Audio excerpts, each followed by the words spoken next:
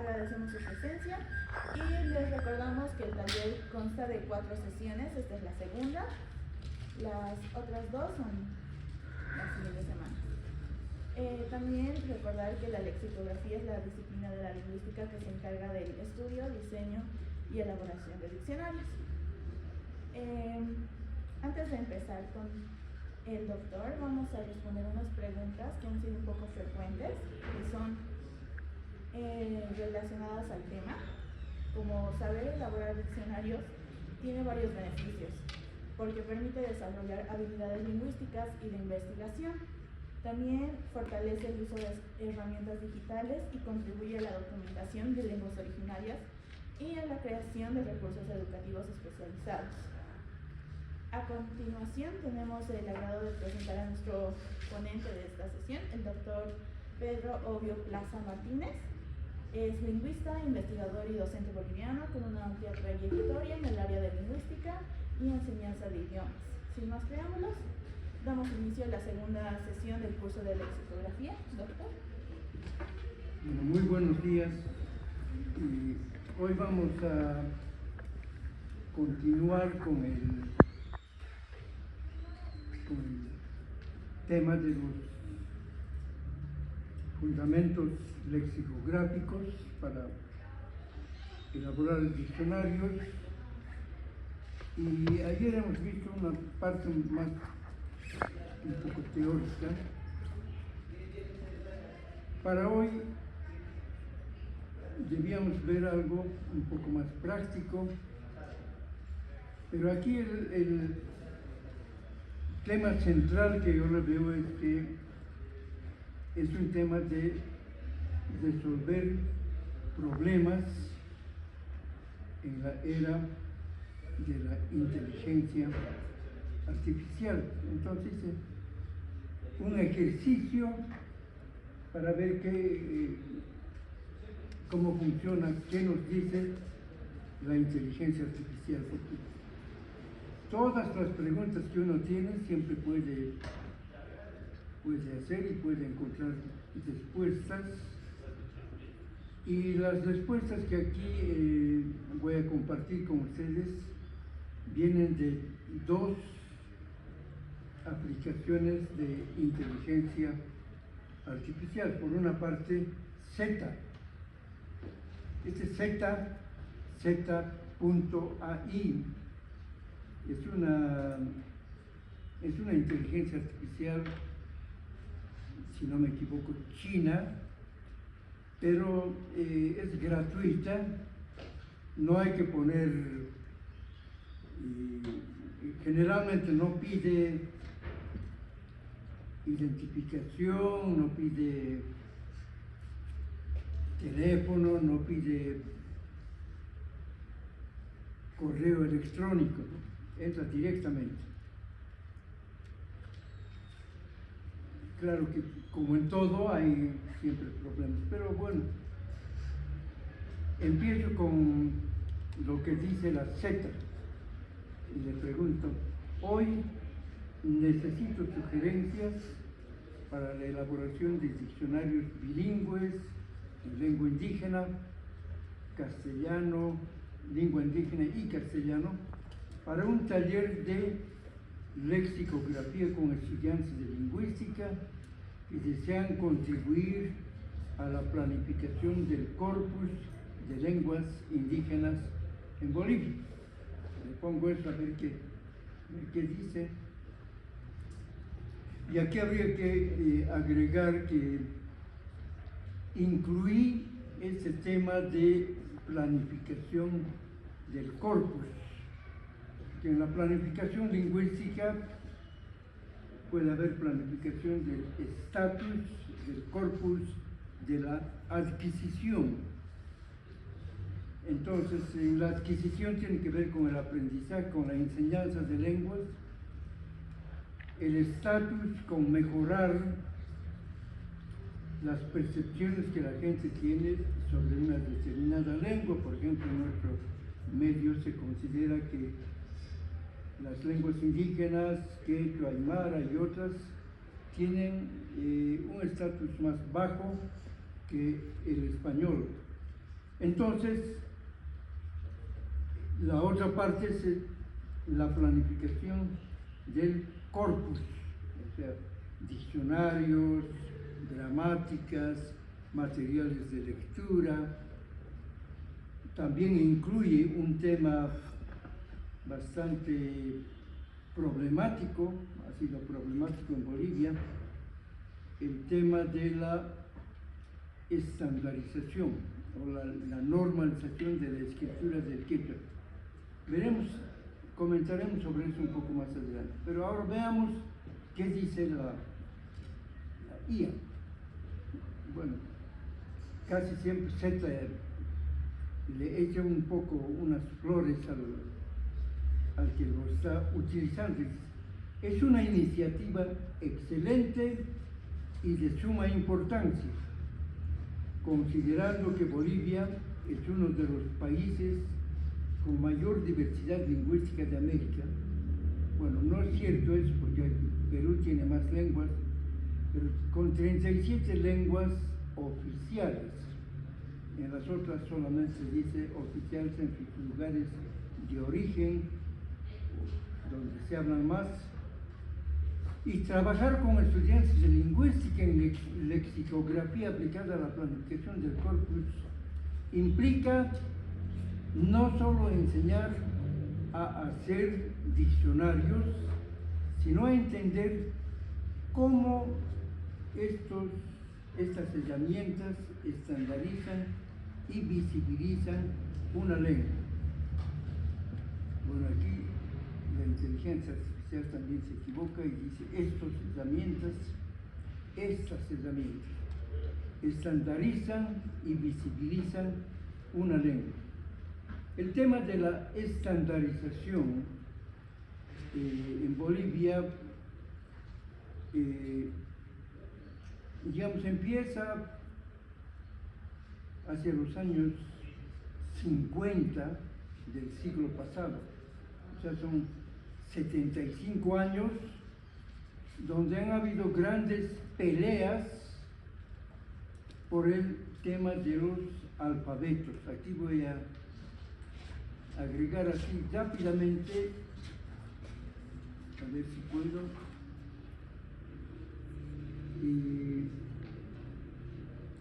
el tema de los alfabetos. Básicamente es que en las lenguas indígenas no tienen o no tenían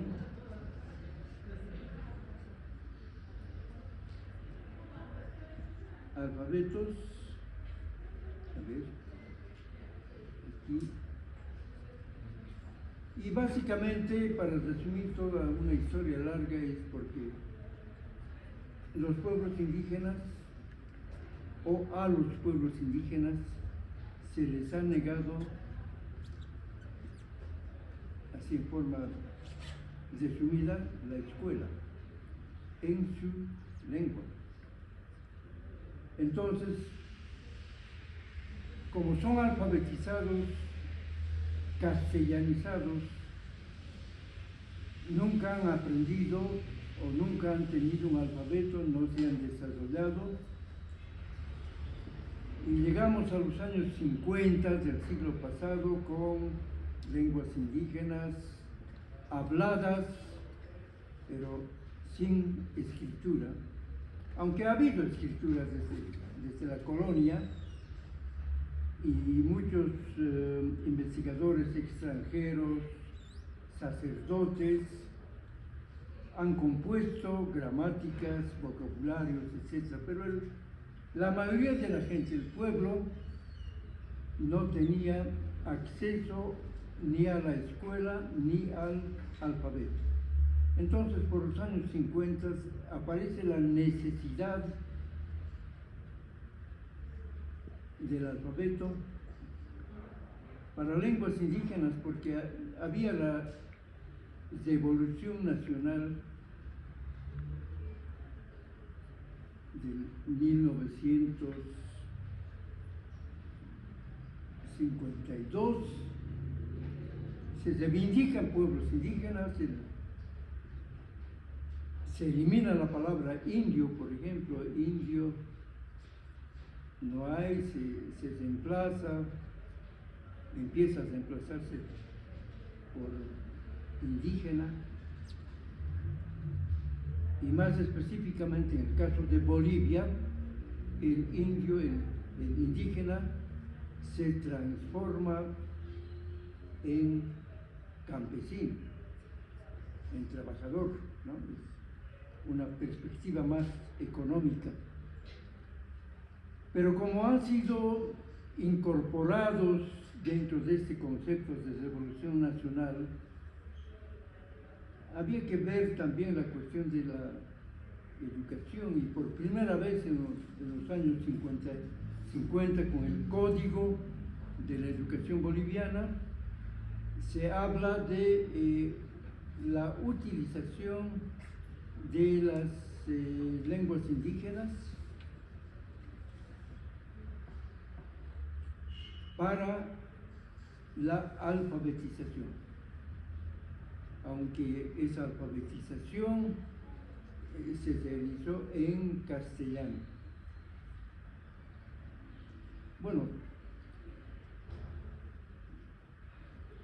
como no había formación lingüística en Bolivia, aunque se enseñaba quechua y otras lenguas, surgieron muchos, digamos, interesados, aficionados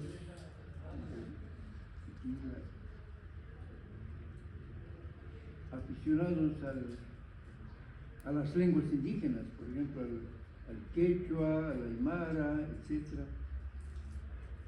Y van proponiendo alfabetos. O sea, habían muchos alfabetos. Para resumir este asunto, mi participación en este lío empieza en los años 70, y digamos empezamos a pelear,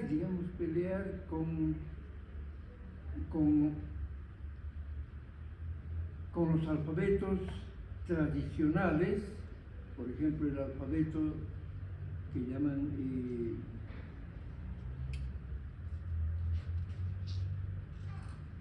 del 52 del Instituto Indigenista Interamericano. Tenía 5 vocales para el quechua, igual que el castellano, decían doble J y otras cosas. También los aymaristas decían, por ejemplo, la palabra moxa, escribían así, moxa.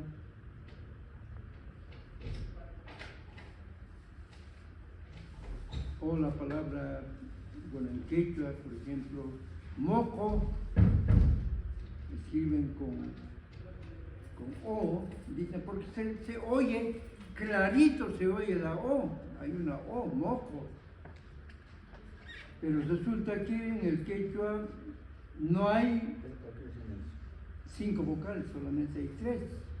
Y aquí lo que pasa aquí es que la vocal U del quechua se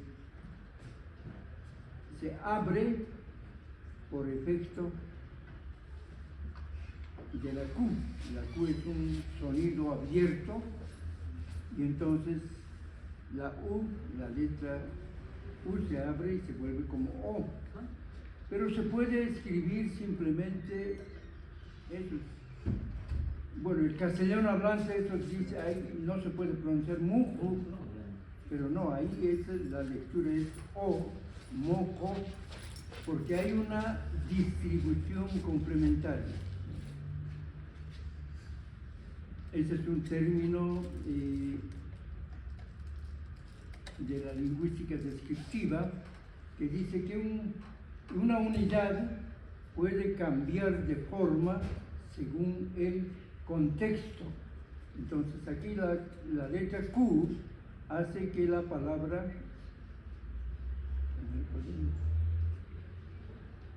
agrandar. En la palabra moco, la letra U es solamente una letra, no es una pronunciación. El que pronuncia es el lector, el que lee. Y entonces, desde la perspectiva del español, claro, quieren leer como U, pero desde la perspectiva de la fonología de la lengua quechua es mojo. Tampoco, bueno, hay otra palabra interesante que conviene resaltar, la palabra puma, que no es ni U ni O, sino intermedio, puma, pu, u, pero los españoles escucharon como puma y otros escucharon como puma. Entonces, Guamán Puma de Ayala, que Guamán Puma de Ayala, el autor, es puma, pero también sirve con O, porque poma, puma, ¿se escucha igual más o es mejor? Bueno, entonces, la palabra puma en quechua tiene una U, pero que es más abierta, un poquito como en inglés, puk, ¿no? Entonces, dicen puma, los españoles con su sistema de 5 vocales escuchaban como poma, pero otros escuchaban como puma. Entonces hay dos escrituras. Bueno, esa pelea desde los años 70 duró 70, 80, 90, 2000, 2010, 2018 más o menos, casi 50 años. Y recién hace unos meses, unos años digo, el Ministerio de Educación ha publicado el Simipigua, que les mostré el día de ayer, y lo plantea como escritura normalizada del quechua. Pero ahora continuemos, que para la cuestión de los diccionarios, primero hay que resolver el tema de los alfabetos. Veamos ahora las sugerencias que plantea Z. Dice uno, contextualización y planificación del corpus. Antes de escribir, los estudiantes deben entender el porqué. En lexicografía, el diccionario es una herramienta de planificación del corpus, el desarrollo de la lengua en sí misma. El estatus de la lengua, hace una pregunta, ¿es una lengua estandarizada como el quechua o aymara, o una lengua con poca tradición escrita como el yaminagua o el cabineño? También hay que tomar en cuenta el público meta. ¿Para quién es el diccionario? Y ahí podríamos decir, si es para los hablantes, podría ser un diccionario monolingüe, o si es para personas que están aprendiendo la lengua indígena, podría ser un diccionario bilingüe. Entonces, ¿para quién es el diccionario? Es para uso escolar, necesita ejemplos sencillos, gramática básica y vocabulario cotidiano. Si es para un uso académico o descriptivo, requiere rigor etimológico, variantes dialectales, marcas de uso. Si es para uso comunitario, debe incluir cultura material, nombres de plantas, rituales y respeto a las normas culturales, por ejemplo, el tabú.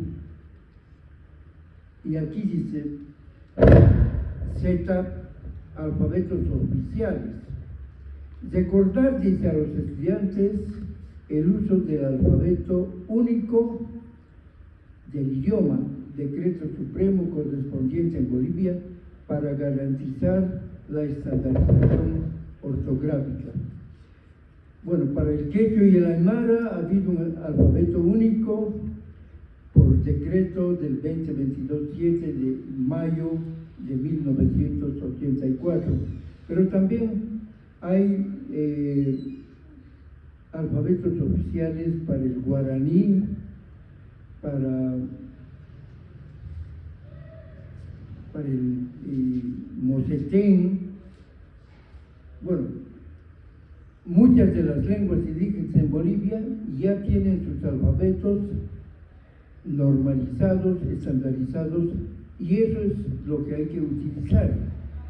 En la UNSA había una gran pelea porque utilizaban la X para palabras como yachta, y esa palabra yachta en la escritura normalizada se escribe con Q. Es toda una historia, creo que no tenemos tiempo para entrar en ese detalle, pero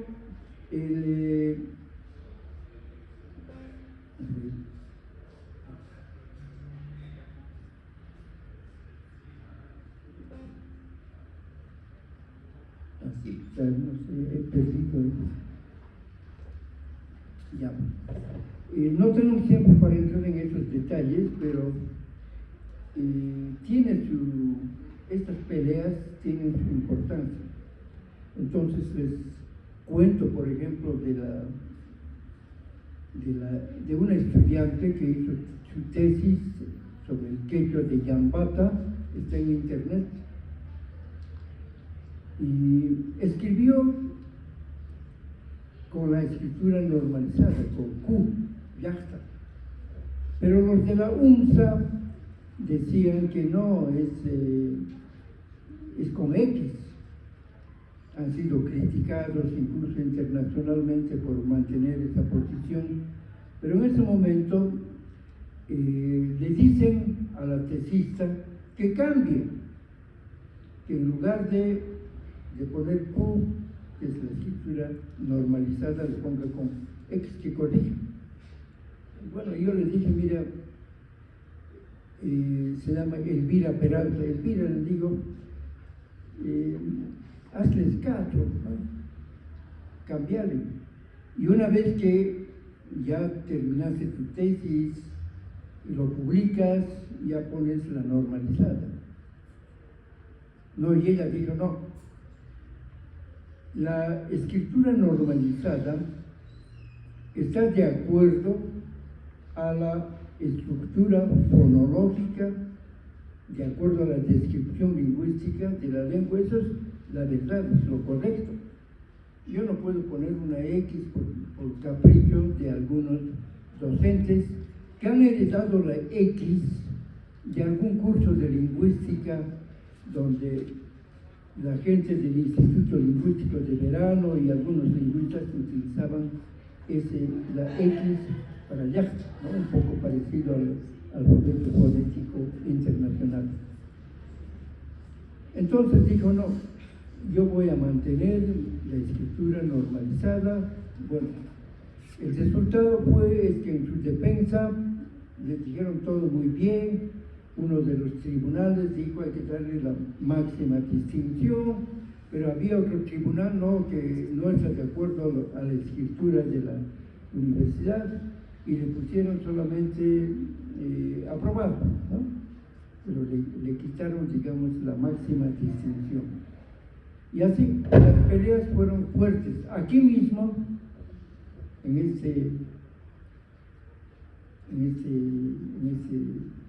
esta aula magna, en los años 80, hubo una gran reunión.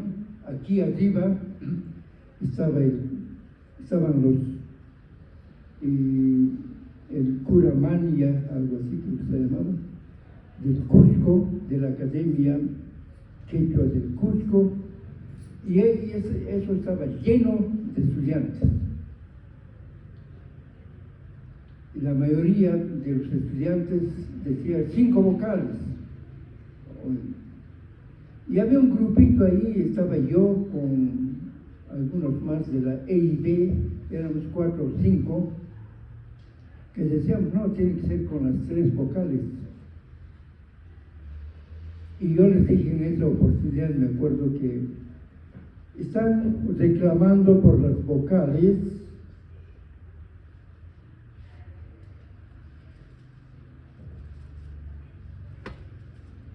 tres versus 5, pero yo les voy a dar algo mucho más problemático. Por ejemplo, la P, que se pronuncia, o no, que se escribe, ya, la P que se pronuncia como ja, ¿no? Eso de la X como ja. Pero ¿cómo es posible? Y les doy el ejemplo. Por ejemplo,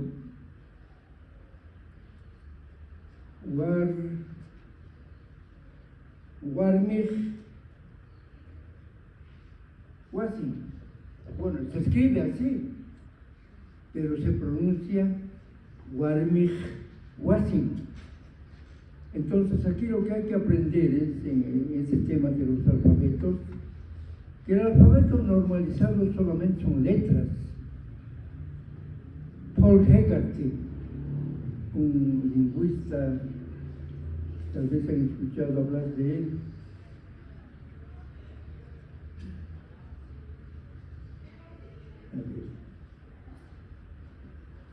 Paul Hegarty, en la reunión mundial de la lengua quechua, en una hoja presenta este símbolo. Dice, pregunta a la audiencia,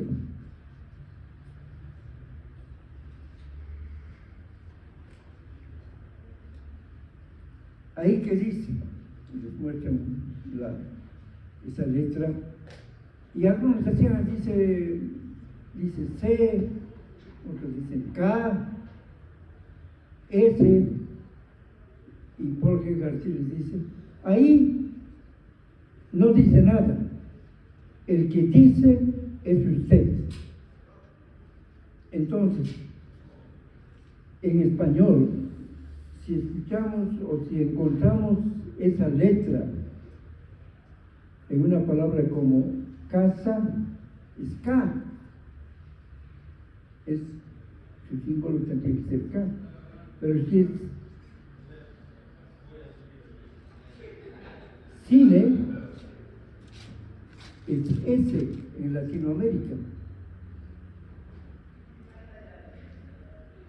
pero en España, en algunos lugares, es Z. Entonces dicen cine, o si es che en italiano, cine. Entonces la letra es solamente un símbolo que se utiliza. La pronunciación es proporcionada por los hablantes. Entonces, toda la discusión era porque consideraban que una letra tiene una fonología, una pronunciación inherente, una pronunciación eterna, pero no es así. Entonces, ese tema de los alfabetos es algo que ha consumido tiempo, pero parece que está resuelto y nos permite continuar con las sugerencias de la Z. Dice la selección del léxico, la nomenclatura. ¿Qué palabras entran y cuáles no? En una lengua indígena, el vocabulario no sigue la lógica del español o del castellano. No necesariamente sigue la lógica del castellano. Entonces, hay que tener algún criterio de inclusión. Por ejemplo, la frecuencia de uso. Palabras básicas del español, por ejemplo, ser, tener, ir, comer, suelen tener equivalentes complejos en lenguas indígenas. La cultura material, términos para utensilios de cocina, agricultura, vestimenta, el parentesco, que en castellano son una sola palabra, en lenguas aymaras o quechuas puede ser 10 según el parentesco. Por ejemplo, para la palabra hermano, hermana, hay 4 en el quechua. Ejercicio práctico.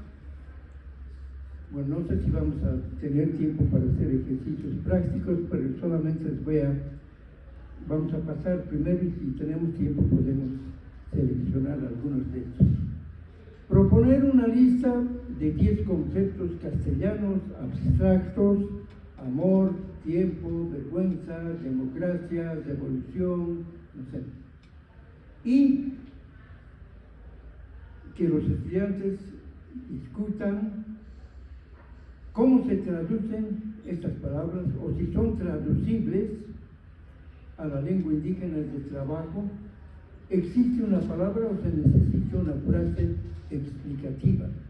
Por ejemplo, en el quechua, esa palabra tiempo, dice pacha, pero pacha puede ser tiempo y puede ser espacio.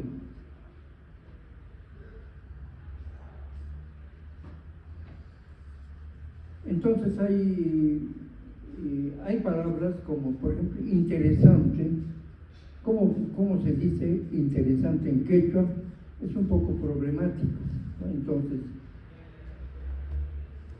aquí esa propuesta de la IA, de Z, hay que poner un poco en cuestionamiento, hay que relativizar, ¿no? Porque si partimos del español y empezamos a buscar equivalentes en la lengua indígena, vamos a estar atrapados, digamos, en mundos conceptuales que pueden ser diferentes. Entonces, para empezar un diccionario básico de una lengua indígena, no hay que empezar con el español, hay que empezar con la lengua indígena. Macroestructura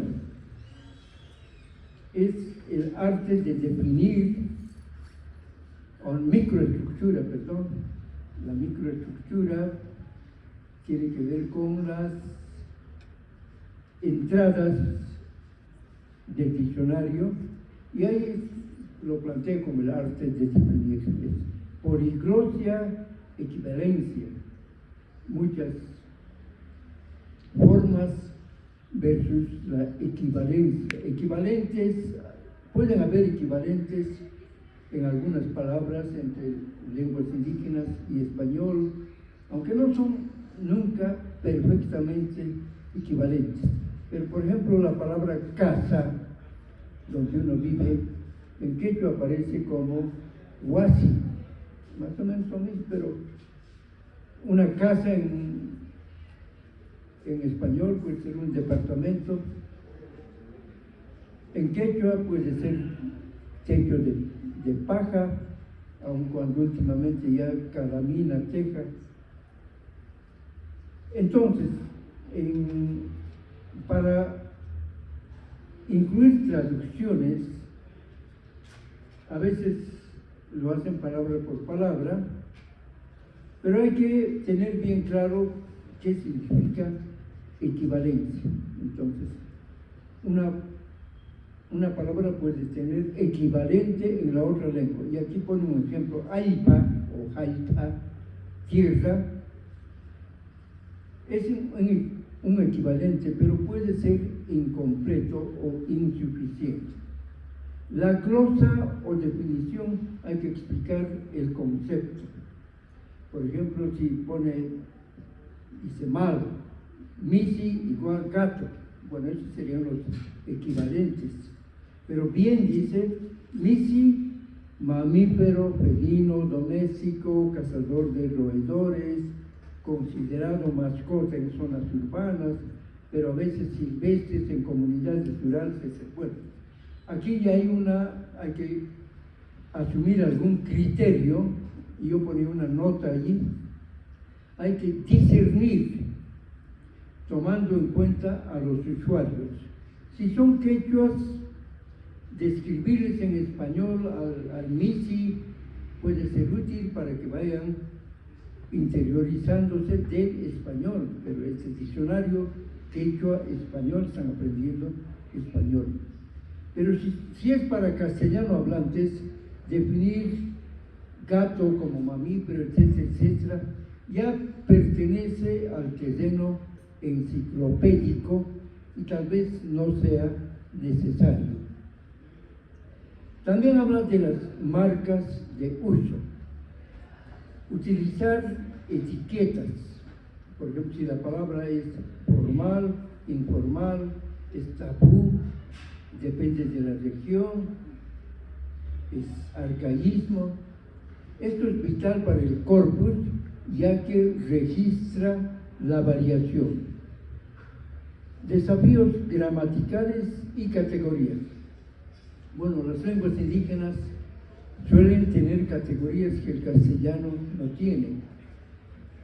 Debe reflejar eso para no castellanizar la lengua indígena. Hay en un trabajo, por ejemplo, alguien dijo el quechua tiene 5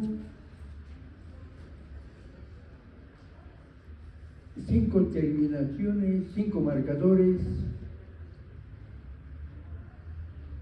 5 marcas de verbo. Entonces, en quechua los verbos generalmente en el diccionario aparecen con una Y, ¿no? Entonces, por ejemplo, apa, apai,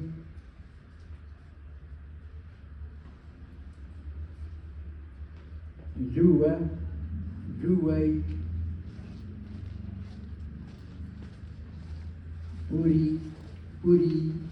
Bueno, ahí no tenemos realmente A como marca.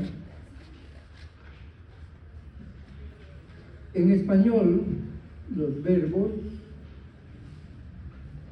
pueden terminar, tienen una marca, pueden terminar en A, en E y en I, si no me equivoco. Entonces, y esas marcas son útiles para la conjugación, ¿no? Entonces, por ejemplo, la palabra pasar es paz, no sé dónde está, la rayita, bueno, me pueden poner un puntito, pasa y él, ¿no? Entonces, pasar, cuando uno conjuga en indicativo, es la A se convierte en O, paso, pero él o ella pasa. Se repite la A. Si es una palabra como tener, aunque tener es un poco irregular, termina en E. Entonces, ahí la palabra él tiene, él o ella va a ser tiene. Entonces, él pasa la A en indicativo, pero cuando se convierte en subjuntivo, se convierte en E, en pasa. O sea, hay una regla. La A se convierte en E, la E se convierte en A, en subjuntivo, él tiene, sería, ojalá él tenga. se convierte en A, la E se convierte en A, la I se convierte en A. Entonces, solamente tiene, los verbos están marcados por A, E, I. A veces EA, ¿no? Como patea. Pero esos son los básicos. Pero en quechua solamente hay una Y. O sea, no tiene terminación. Solamente es apa, yuwa, uri, a ver otra palabrita, multi, con I, a ver, mosjoy, con U.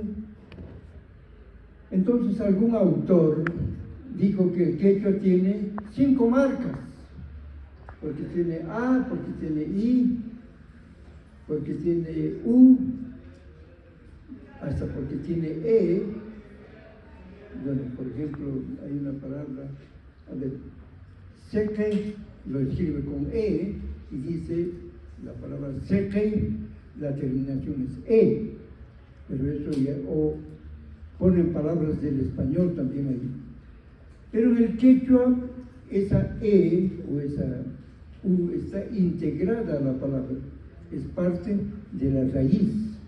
Entonces no hay 5 marcas del verbo, solamente hay 0, no hay ni una marca, porque la I que utilizamos en apa y yuwa y puri es un nominalizador. Apa quiere decir llevar en infinitivo o el llevar, el hacer, etc. Entonces, clasificadores sí puede ser útil en el diccionario. En muchas lenguas de las tierras bajas, por ejemplo, tupí guaraní, no se dice 2 perros, sino 2 clasificador de animal más perro, porque si es cosa va a ser un clasificador de cosa, tiene un sufijo. El diccionario debe indicar eso. Posesividad, en el quechua y el aymara, el lema, o sea, la palabra principal que estamos definiendo, va en raíz, por ejemplo, jari, o con posesión de tercera persona. Por ejemplo, Guarmija con Guarmip, con P en la estandarización, pero es Guarmij en Bolivia. En Perú, en Ayacucho puede ser, dicen Guarmip.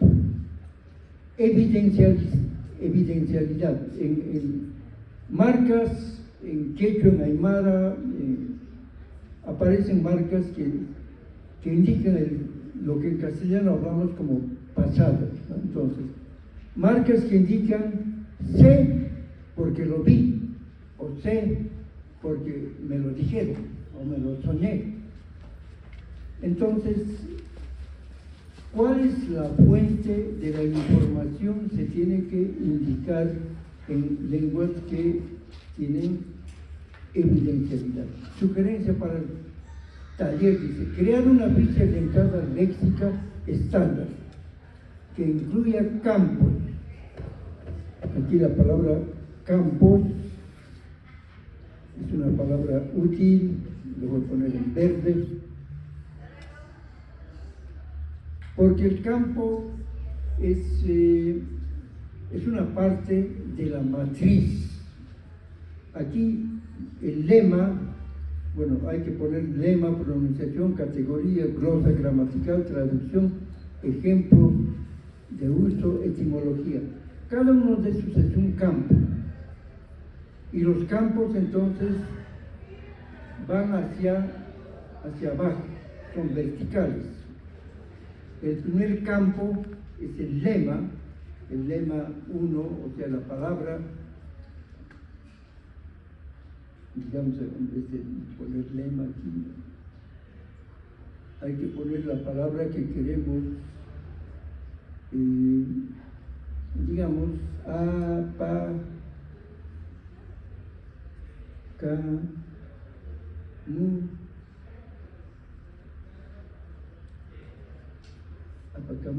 Apacamu, digamos, o apacamui, una palabra, su pronunciación, aquí hay que poner su pronunciación para aquellos que no saben, aun cuando ya uno domina el alfabeto, ya no es necesario poner, pero aún en inglés, por ejemplo, en francés, en alemán, ponen la pronunciación y ahora se puede poner en forma oral incluso. Luego se pone la categoría gramatical, si es nombre, es verbo, es adjetivo. En este caso, por ejemplo, apacamui podría ser considerada nombre o verbo. La estructura morfológica, hay que decir que apa, ka, mu, ye, tiene 5 cosas. Posiblemente se puede omitir esa estructura morfológica porque complica demasiado el diccionario y porque, por ejemplo, en el quechua boliviano estamos hablando de como 100 morfemas más combinaciones, pero si aprenden bien los 100 morfemas, sufijos, lo aprenden muy bien, entonces ya no es necesario ponerlo. Y después la traducción, entonces, apacamui, una traducción medio literal, traer algo, está implícito, no algo, visita, apacamui. Bueno, una oración inventada, creada por el hablante. Él mismo se trajo el gato y después hay que poner la etimología o el origen, por lo menos, de la palabra. Bien, esto, las filas, cada una de las filas, apacamui, pronunciación, nombre, verbo, estructura, etc. Esas filas son los datos, las palabras. Cada palabra que ponemos en el diccionario va a tener una fila, en una fila. El otro tema tiene que ver con los préstamos lingüísticos, los neologismos. En la planificación del corpus, uno de los debates más fuertes es el préstamo del castellano. Entonces, hay que dejar computadora o hay que buscar un equivalente. Por ejemplo, una vez Juan de Dios Chiapito, un colega, presentó una lista de oficios y tenía, por ejemplo, algo así como carpintero, carpintiru, mecánico, mecánico, y así, había refonologizado nada más, ¿no? Entonces, computadora, computadura, podría ser. Ejercicio, presentar palabras modernas, internet, autobús, COVID, gobierno, y pedir a los estudiantes que desarrollen estrategias de neología. Puede haber un préstamo directo, por ejemplo, adaptar la fonética, y eso podría ser computadora, computatura, o computatura. Se va alejando un poco. El día de ayer hablaba de cuerpo que se transformó en kirpe. Calco semántico. Y aquí el cálculo semántico es más o menos investigar la etimología de la palabra en español para proponer el neologismo. Y aquí tenía un ejemplo en el diccionario cuando lo elaboraba, pidieron términos jurídicos, de derecho. ¿Y cómo voy a decir jurídico en quechua? No hay. Lo más próximo que había era, bueno, algunas palabritas como chayaje, que quiere decir derecho, lo que le llega a uno, pero ¿cómo voy a ser jurídico? Entonces investigo la palabra jurídico,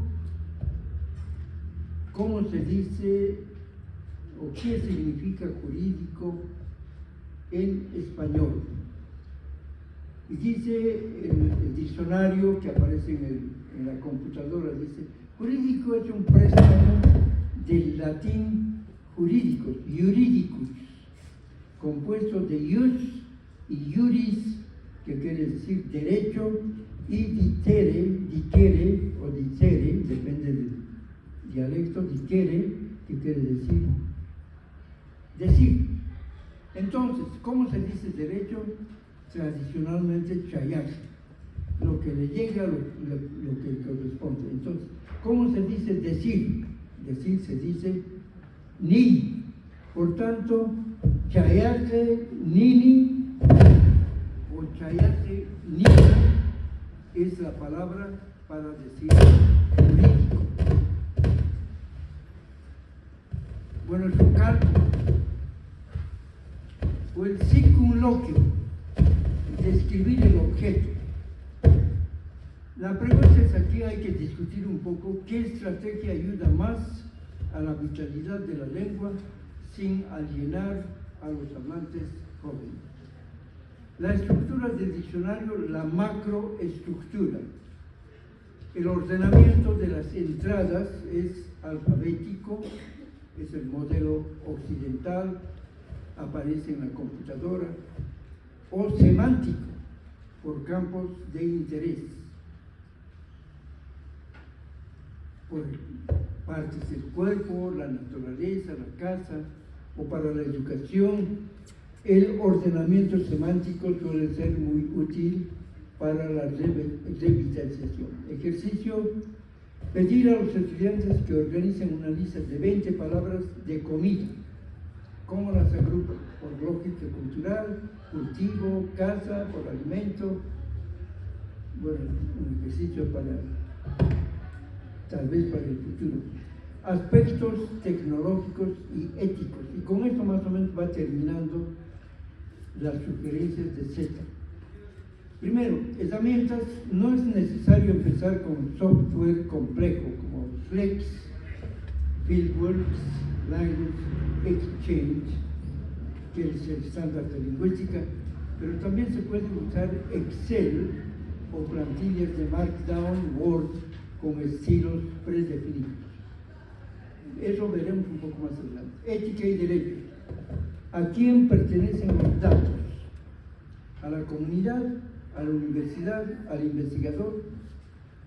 Y ese era un tema, por ejemplo, con los Yuracaré, cuando los investigadores entregan bases de datos Yuracaré a la organización indígena, al CEP, el Centro Educativo de la Lengua Yuracaré. Y ellos dicen, quieren, pueden publicar, pero tienen que pedir permiso a los autores. Y los Yuracarés decían, pero no, los autores son los indígenas. No tenemos por qué pedir permiso. Y los lingüistas dicen, no, pero es como un árbol, el árbol lo cortamos, hacemos una silla, el carpintero es el autor de la silla. Y yo les digo, sin embargo, lo que ustedes han hecho, no han transformado, no han cambiado el árbol, no han cambiado la producción lingüística del pueblo Yuracaré. Lo que ustedes han hecho, han grabado, han transcrito, han analizado, lo han puesto en el diccionario. Pero la materia misma, el símbolo, el código, la palabra tabuibu, nuestra lengua, tabuibula, nuestra lengua, eso no lo han cambiado, solamente lo han manipulado. Entonces, lo que ponen en el diccionario del Yuracaré sigue siendo producción intelectual del pueblo yuracaré. Por lo tanto, no tienen por qué pedir permiso.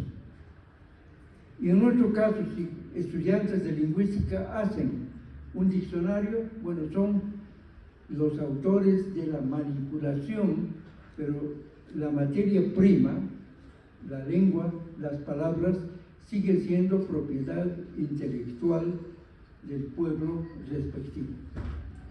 Ahora, para hacer el diccionario tampoco lo van a hacer solos, hay necesidad de consulta a los hablantes nativos. No es solo para validar datos, sino para co-crearlos, porque tampoco se puede ignorar el interés, el trabajo del investigador, que con buena voluntad, y en el caso de los que investigaron el Yuracaré con buenas becas de sus universidades, y les proporciona un material intelectual con el cual van a vivir el resto de su vida académica. Porque van a volver, van a decir, he hecho la gramática, he hecho el diccionario, y van a contar sus historias a los estudiantes en Europa, ¿no? En otro caso, lo que trabajen de los diccionarios puede ser útil para la planificación lingüística y puede ser útil para la formación del estudiante, y igual lo van a utilizar posteriormente. Conocimiento sensible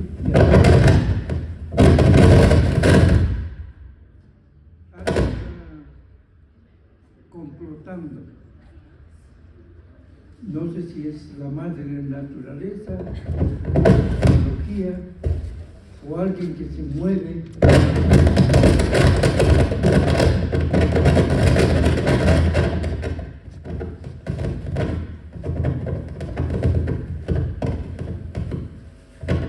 Bueno, yo estoy tratando de moverme lo menos posible, pero igual. Bueno, una nota final con el conocimiento sensible. Dice, cuidado con registrar vocabulario ritual o medicinal que la comunidad no desee hacer público. Tampoco se puede poner todo. Y había una propuesta de actividad académica dinámica, el diccionario al revés. Para cerrar el taller, dice, proponga esta actividad. Selección. Elige un objeto cotidiano, por ejemplo, una licuadora. Análisis. En grupo, los estudiantes deben describir sus funciones, partes y ruido en la lengua indígena. Pero que los estudiantes ya saben la lengua indígena. Redacción. Escriben el lema, redactan una definición sin usar el nombre del objeto y escriben una oración de contexto como ejemplo. Revisión, otro grupo intenta adivinar qué es solo leyendo la definición de la lengua indígena. Bueno, eso puede ser un ejercicio para ir avanzando.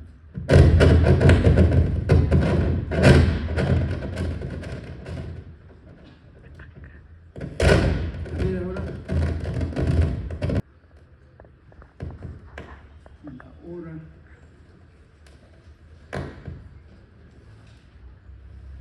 Voy a ver la hora. Tenemos un poco más de tiempo. El NBLM es Notebook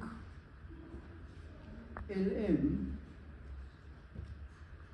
es una inteligencia artificial, creo que es, si ponen Notebook el M en Google.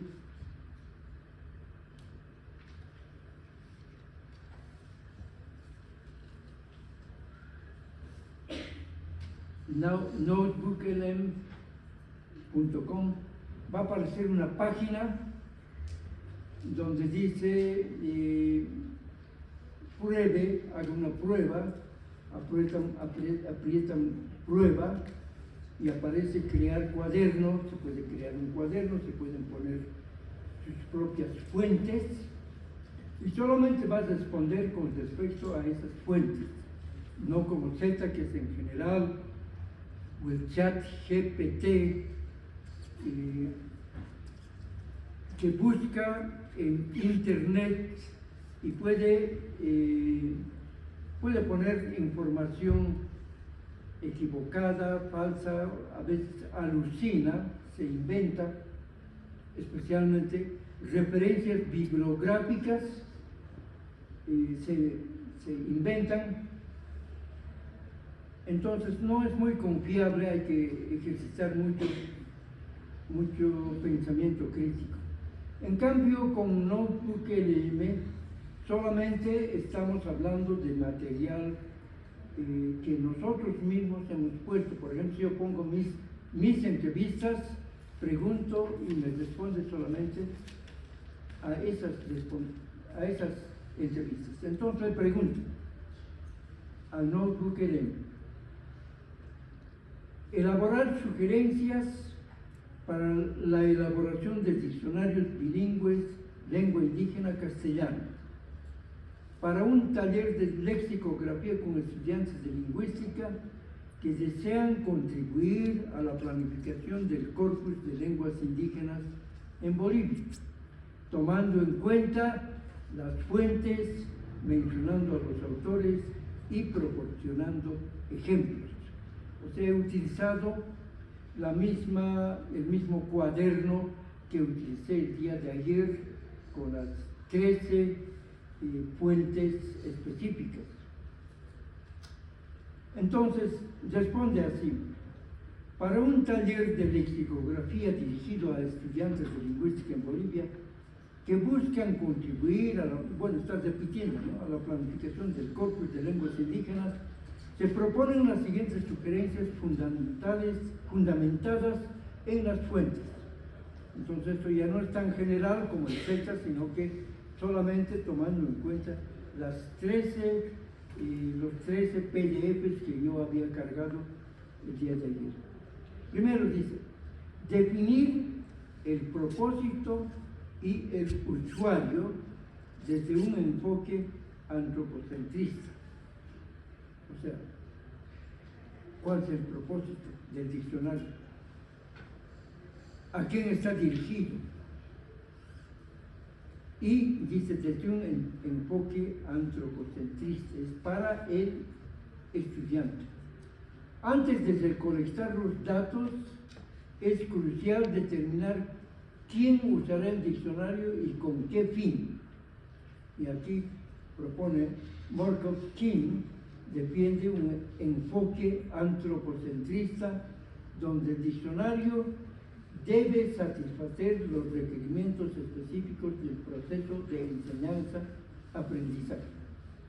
Sugerencia: evaluar si el usuario es un hablante nativo, uso monolingüe para prestigio, o un aprendiz que use el castellano como lengua habitual, uso bilingüe para la revitalización.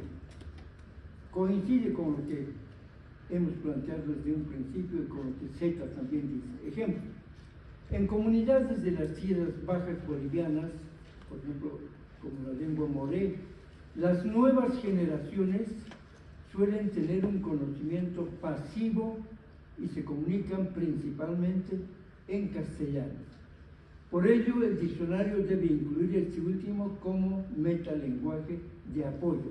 O sea, se definen palabras en moré, se explica en español. Planificación del corpus y documentación colaborativa. La base de un diccionario moderno debe ser un corpus lingüístico equilibrado y representativo. El corpus es lo que la gente habla o lo que está en los escritos, puede estar en internet, en la biblioteca, etc. Birchall sugiere que el contexto de lenguas en peligro, en el contexto de lenguas en peligro, la documentación debe ser una tarea monumental, fundamental, basada en el conocimiento de los hablantes nativos. Para hacer el diccionario hay que tener un corpus, hay que recolectar la información. Sugerencia: no limitarse a listas de palabras aisladas. Se deben realizar entrevistas de elicitación organizadas por dominios semánticos.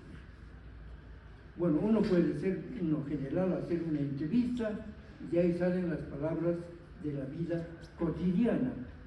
2000 palabras suficientes para un diccionario básico. Pero para un diccionario más elaborado hay que tomar en cuenta los dominios semánticos.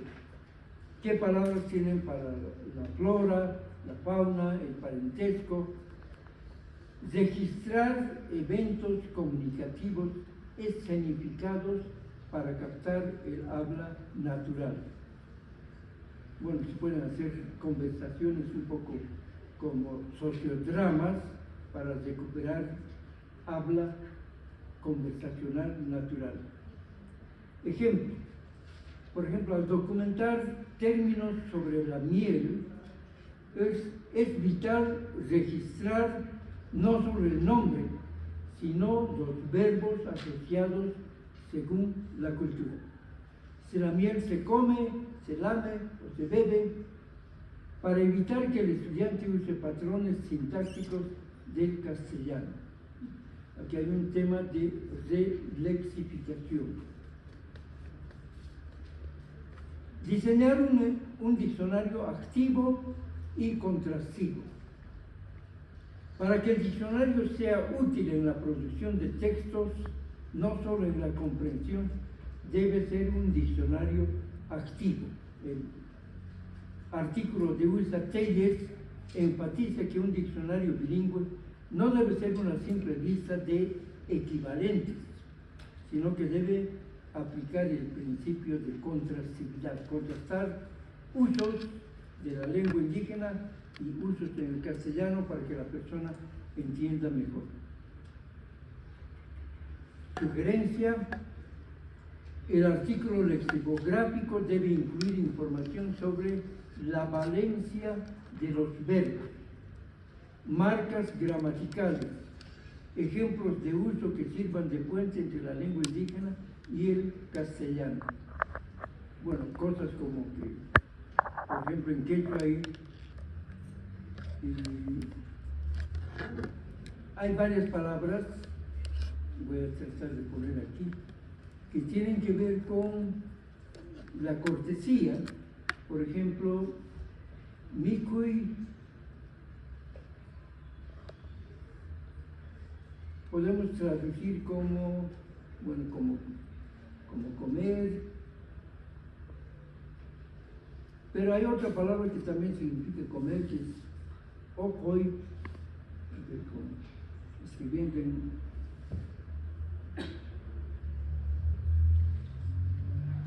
normalizada sería ocoy. También quiere decir comer, pero tal vez comer un poco groseramente, bueno, parecido a tragar, ¿no? A veces, para cuando se enojan, dicen, por ejemplo,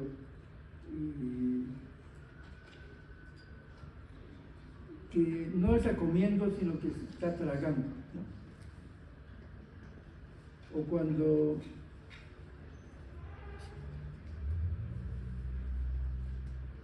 Cuando la persona, por ejemplo,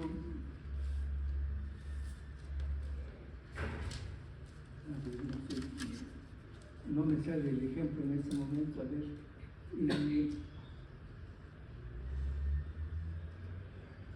bueno, ahí trataremos de avanzar un poco. Pueden haber pares de palabras que uno es más cortés, más usual, y otro es un poco atrevido. En el quechua yo le ponía, por ejemplo, una categoría,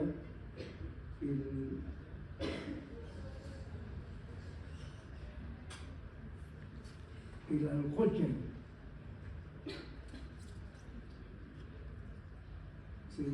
Aljocha sin, o sea, una palabra para insultar, no es una palabra para amable, ¿no?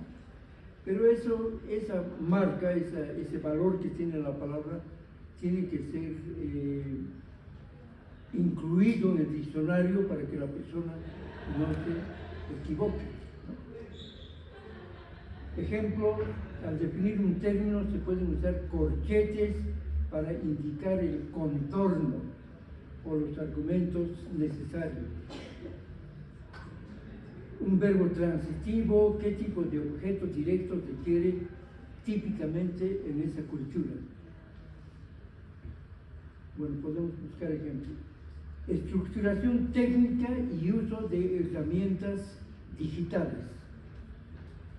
Bueno, un proyecto científico requiere una planta del diccionario bien definida, o sea, un equipo del diccionario.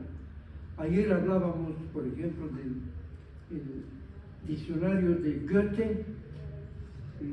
Ha tenido que tener un equipo de varias personas porque tiene 93,000 palabras.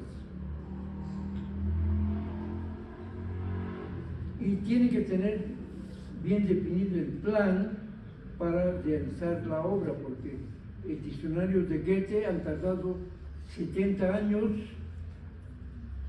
y nosotros aquí tal vez no tenemos tantos años. Yo he tardado 30, 40 años haciendo el diccionario, pero no era para mañana, sino era para ir acumulando las palabras para el futuro. En el caso de ustedes quieren hacer un diccionario básico de la lengua, se pueden concentrar en como 2,000 palabras y se puede hacer con Excel. Birchall recomienda el uso de bases de datos léxicas para garantizar la longevidad de los datos. O sea, hay que armar bases de datos y exponerlos en internet o en algún sitio. Sugerencia, y aquí plantea utilizar software especializado como Fieldworks Language Explorer, el FLEX, para organizar la información en columnas y filas, o sea, en campos y filas, lo que facilita la revisión y evita duplicados. Estructura sugerida o microestructura. Cada entrada debe tener lema, pronunciación, categoría gramatical, definición, ejemplos y, si es posible, archivos multimedia. O sea, dónde se encuentra la palabra. Ahora, en los diccionarios en línea, ya ponen todo eso y se puede ir yendo palabra por palabra y viendo las diferentes alternativas de cada entrada léxica, de cada lema, ¿no? Pero una palabra puede tener varios. Definiciones precisas y evitar la circularidad. En lo que respecta a la circularidad es un pecado que yo he cometido en el diccionario. Muchas referencias cruzadas.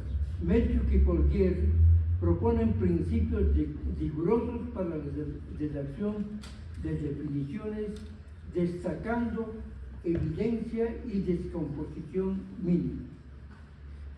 Sugerencia: definir los términos del modo que el definiens, o sea, la explicación, pueda sustituir al definiendum, la palabra definida, en un contexto real sin alterar el sentido. Ejemplo: evitar círculos viciosos, como definir osar como atreverse y atreverse como osar, ¿no? Entonces, la palabra osar igual atreverse. Uno busca atreverse y dice osar. Entonces no aprendimos nada. En su lugar, usar componentes semánticos simples que el usuario ya conozca o que estén en una lista de definidores controlados. La lengua, para definir palabras, la lengua que conoce el hablante, debe ser la lengua básica, las 2000 palabras básicas del lenguaje cotidiano. Con eso tienen que definir las otras palabras técnicas, pero no pueden ser circulares como en este caso. A veces la RAE, la Real Academia de la Lengua Española, es un poco circular cuando dice, por ejemplo, la palabra, digamos, atreverse, acto y función de atreverse. No nos aclara qué quiere decir atreverse, ¿no? Visión de futuro, integración tecnológica. Ayer hemos comentado un poco el artículo de TAR. Advierte que el modelo de negocio del diccionario impreso está obsoleto. O sea, ya no podemos apuntar tanto a hacer un diccionario físico, tal vez para alguna lengua indígena, por ejemplo, para el yuracaré todavía lo hacen impreso, pero también una versión digital. Y propone integrar los datos lexicográficos en herramientas más amplias. Hay que ponerlo en internet. Sugerencia: diseñar el corpus pensando en su futura integración en asistentes de escritura o plataformas digitales que ofrezcan ayuda instantánea y contextualizada mientras el usuario redacta. Aquí quiero recordar un poquito el pasado. A medida que evolucionamos como personas, ya no miramos el futuro, miramos más el pasado. Y a veces me ocurre eso, que al hacer la tesis tenía el diccionario Collins, o sea, era un mamotreto de ese vuelo. Y estaba escribiendo la tesis, y estaba escribiendo en inglés, ¿no? O sea, no estaba escribiendo en castellano y después traduciendo, porque dije, esto va a ser un lío, directo en inglés. Y escribía desde las 8 de la mañana hasta las 4 de la tarde, sin parar. Entonces empezó a escribir: no having for any reason I have to finish this thesis no matter what. Claro, escribí un poco más rápido aquí, un poco problemático escribir, pero estaba escribiendo así, pero de vez en cuando había algo que quería decir, pero no tenía la palabra.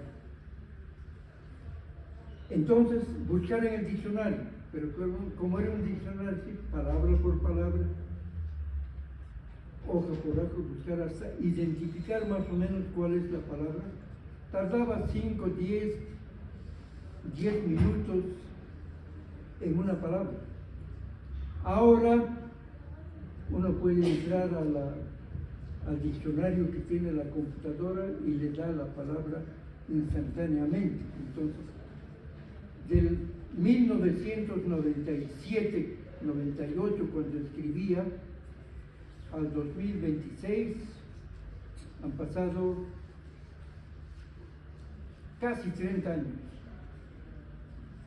Pero en esos 30 años hemos pasado del diccionario físico al diccionario en línea. Y estamos pasando ahora al diccionario integrado al asistente de escritura. Entonces, cuando se propongan hacer un diccionario, tienen que pensar en cómo se integra eso a la versión digital.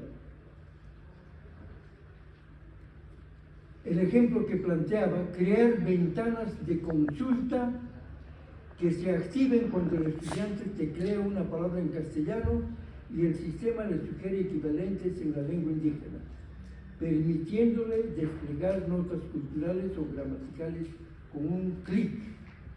Ahora, sin entrar todavía al diccionario integrado en un asistente de escritura, se puede utilizar Google Translate, el traductor de Google. Hay hasta para quechua, ¿no?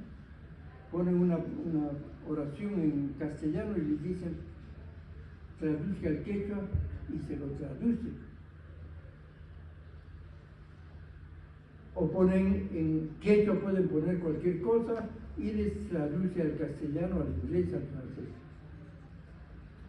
Finalmente, como señala Camacho Niño, el éxito de estos proyectos depende de la formación de equipos heterogéneos y especializados que combinen conocimientos filológicos con competencias informáticas y compromiso social con la comunidad. Hasta ahí.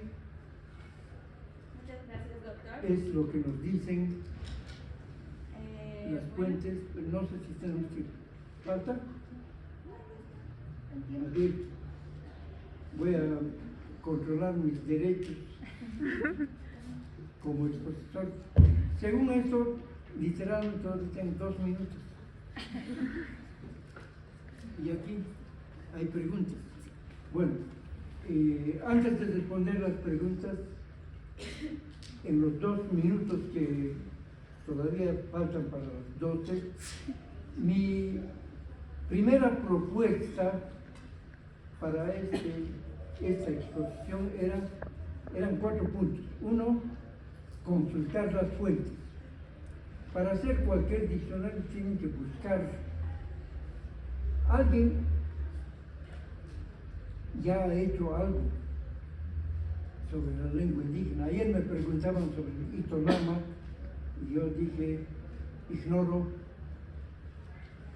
pero he puesto diccionario Itonama en el internet y hay un diccionario Itonama, hay un diccionario moceteño, está el diccionario Tacana, hay, no sé, decenas de diccionarios quechua, aymara, guaraní. Hay que mirar, hay que consultar las fuentes, por una parte. Segundo, ¿para quién se hace? Ya, eso ya hemos respondido ahí. Diccionario monolingüe para personas que hablan la lengua, quieren reforzar, quieren avanzar. Pero en nuestro caso van a ser diccionarios bilingües, porque el hablante de Mocetén va a querer aprender algo del español, entonces hay que hacerle Mocetén español, o español Mocetén, o el hablante de español va a querer aprender quechua, entonces tiene que ser quechua, castellano, castellano, quechua. El proceso, bueno, hay que tener un corpus lingüístico, hay que organizar las palabras, hay que resolver el tema del alfabeto que ya hemos conversado. Y aquí ponía el ejemplo del simipirua con excel. Entonces tendría que salir de aquí.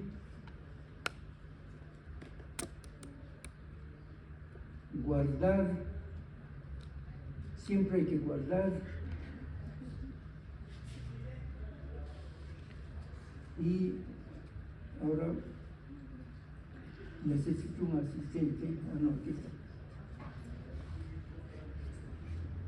Diccionario, dice Bolivia, base 50, taller, bueno, lo he cortado un poco. Ese es el diccionario, o esa es la base de datos del diccionario quechua que he utilizado, pero dice 50. Cada vez que aumento, digamos, palabras de una fuente determinada, al principio tenía en la base de datos 1, tenía solamente mis 2000 palabras. Cuando aumento las palabras de Feliciano Patti, del norte de La Paz, ya tenía casi 3000 palabras. Entonces lo vuelvo a grabar, versión 1, versión 2, versión 3, versión 4, y así he ido, y estoy en la versión 50. O sea que tampoco es algo que se hace de la noche a la mañana, en este caso. Bueno, vamos a ir a las partes que tiene este diccionario. Primero, en la columna B, ahí dice hasta, es el lema, la palabra principal. Después, por ejemplo, la letra a veces, avión, que son del castellano, abono, viene de guano es la palabra quechua, de quechua parece que ha vuelto al quechua como abono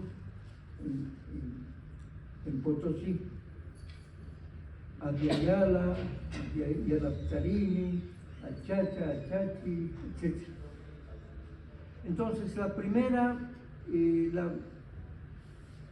la columna B es la palabra, aquí le podríamos poner la palabra central, la entrada léxica, el lema, ¿no? Pero en realidad, por ejemplo, en la palabra achachi hay 2 veces achachi, tendría que haber una sola, ¿no? Achachi, achachi, debería haber una sola palabra, que es el lema, y de ahí ya sus derivaciones. O sea, ese diccionario en la versión 50 todavía hay que arreglar y definir. Segundo, la columna C, derivación, palabras derivadas, ¿no? Entonces aquí no aparece nada, pero volviendo más abajo,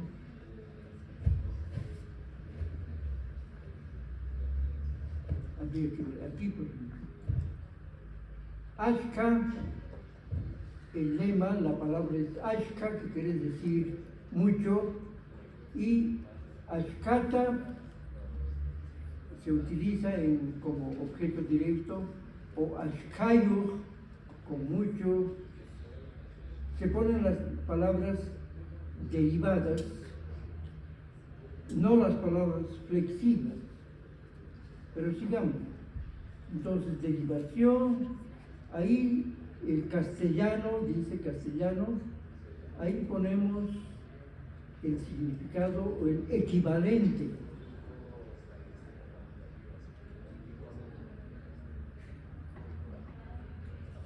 Bueno, el equivalente de la derivación. La columna E ponía el origen de la palabra. ¿De dónde viene? Es una palabra del castellano, por ejemplo, abono, que viene del castellano abono. La palabra aviala, que viene de la lengua cuna. Entonces ahí pongo de dónde viene esa palabra, a veces viene de la aymara. Después hay una serie de filas aquí,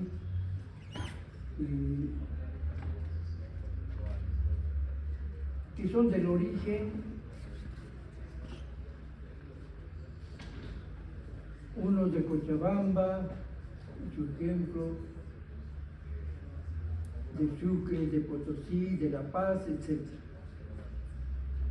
Hay otra columna, se hace otra columna, para la marca. Eso que les decía, por ejemplo, la palabra, bueno, Kelkai, son palabras que tienen que ver con la escritura, con la lengua. Simi tiene que ver con el lenguaje, pero aquí tenía por Kiki, tiene que ver con lugares. Mozo, palabra nueva. Palabra neológica, dice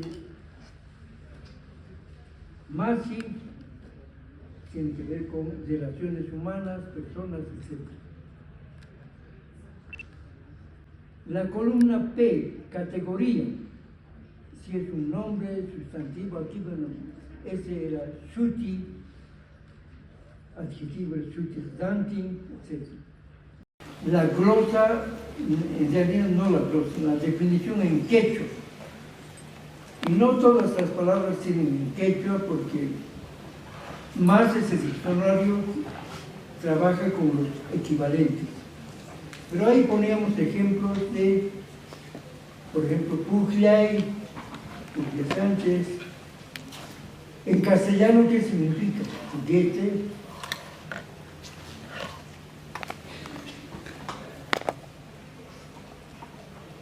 Después hay sinónimos, antónimos, y en la parte final, ¿de dónde vienen esas palabras? Entre paréntesis, por ejemplo, aquí dice Arusimiñé, es el diccionario pedagógico que hicieron para la reforma educativa.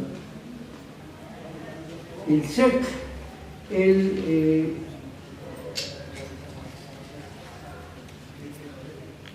es el diccionario bilingüe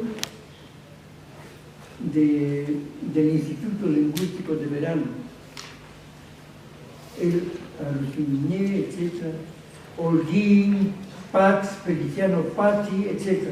Ahí se indica de dónde viene cada una de las cosas.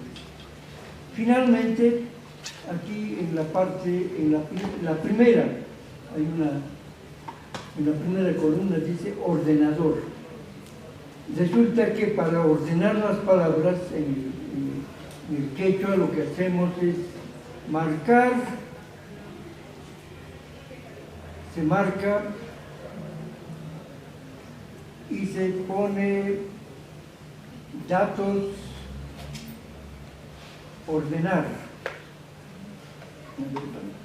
Datos ordenar. Datos ordenar por la columna tal, por la etcétera. Digamos, aquí le voy a poner por la columna, otra columna, y le pongo aceptar. Y bueno, instantáneamente cambia, ¿no? Pero resulta que va a ordenar de acuerdo a las letras del alfabeto, porque no hay che, no hay a, no hay a, no hay pa, etc. Y para evitar eso, entonces aquí tienen que codificar las palabras. Entonces, en Achaco, por ejemplo, tenemos para la che, he puesto C y D, porque esa secuencia no existe en quechua. Para decir cha, he puesto la C con la Z. Y entonces de ese modo se puede alfabetizar las palabras en el diccionario. Luego estas palabras se copian, se pueden copiar al Word, se marca, se copia, se quitan las separaciones y ya tenemos en el formato en el que aparecía, por ejemplo, en el diccionario. Pues no tenemos más tiempo, voy a responder algunas de las preguntas. ¿Cuál es la diferencia entre diccionarios oficiales y diccionarios únicos? Bueno, en el caso de Bolivia,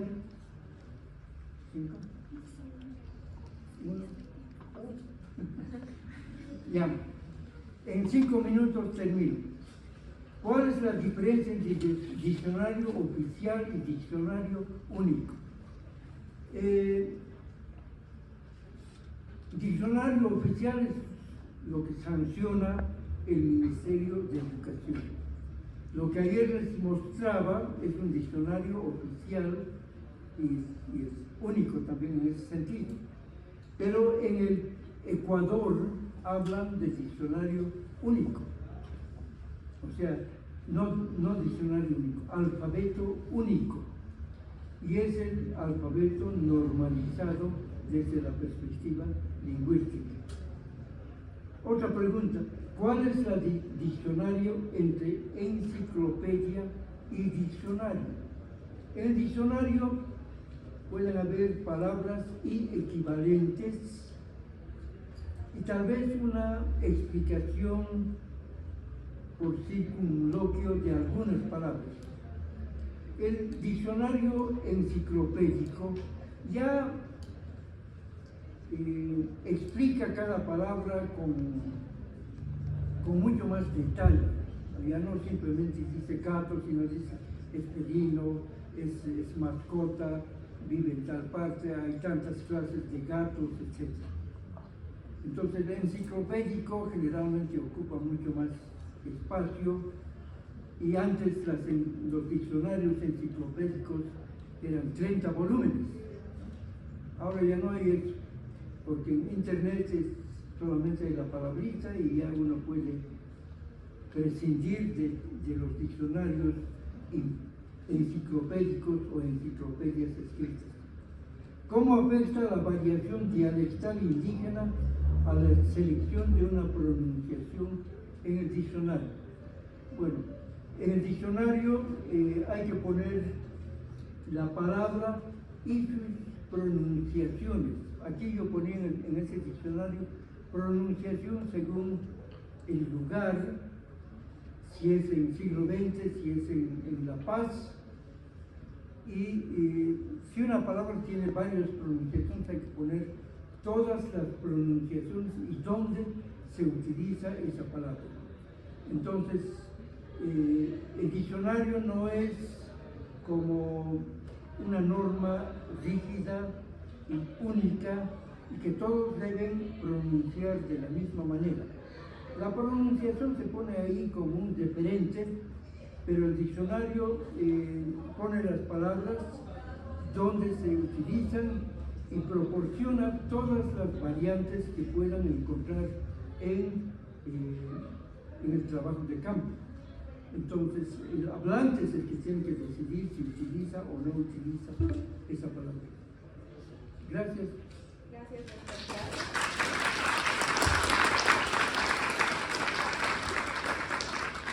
Bueno, vamos por finalizado la segunda sesión de geografía. Hablaremos de su presencia y les recordamos que la tercera y la cuarta sesión se realizarán el día miércoles 24 y jueves 25 de junio a las 3 hasta las 5 de la tarde. Gracias.